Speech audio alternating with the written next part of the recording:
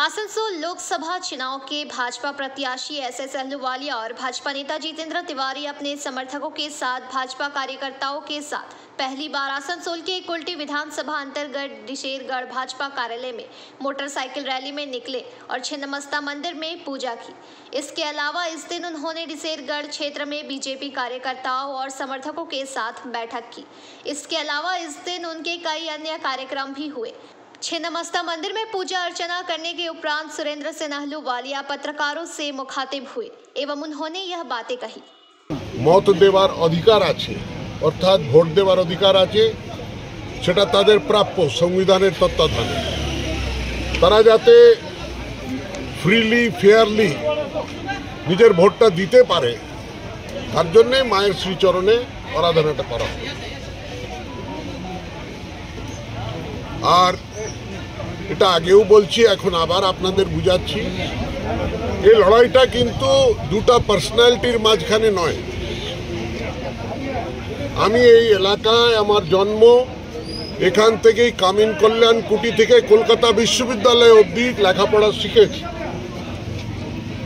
ওকালতি পাস করে যেহেতু আমার বাবা এখানে চাকুরিজীবী ছিলেন জেকে নগরে, কারখানাটা লাল সন্ত্রাসের কারণে বন্ধ হয়ে যায়, তার জন্যে আমরা এখান থেকে বিস্থাপিত হই। চাকুরির ক্ষেত্রে বাবাকে অন্য জায়গায় যেতে হয়, আমি তার সন্তান, আমাকেও সঙ্গে যেতে হয়। 34 বছর বিভিন্ন রাজ্যের প্রতিনিধিত্ব করার পর, পার্লামেন্টে প্রতিনিধিত্ব করার পর এবার আমার নেতৃত্ব আমাকে বলল যে এবার তুমি তোমার জন্মভূমি অর্থাৎ আসানসোলে গিয়ে নির্বাচনটা লড়। প্রার্থীর সাথে প্রচারে বেরোচ্ছেন আপনি, কি বার্তা দেবেন মানুষকে?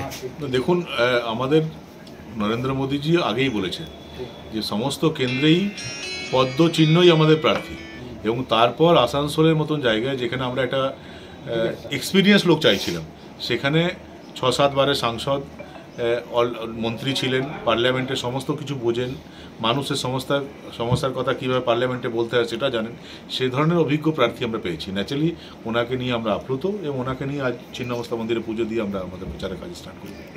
দেখা যাচ্ছে কুলটিতে প্রার্থী বিক্ষোভে পড়লো এবং কালকে বারাবণীতে একটা গণ্ডগোল হয়েছে এবং সাংবাদিক দিকেও নিগৃহীত হতে হয়েছে। এই ব্যাপারটা আপনি কীভাবে দেখছেন?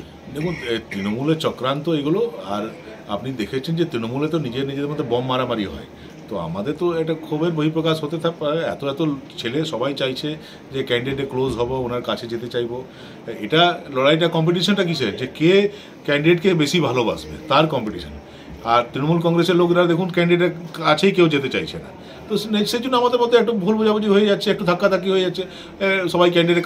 आसनसोल से बीजू मंडल की रिपोर्ट, PBTV न्यूज। नियमित अपडेट एवं दुनिया भर की ताज़ा खबरों के लिए हमारे फेसबुक पेज को फॉलो एवं यूट्यूब चैनल को सब्सक्राइब करें।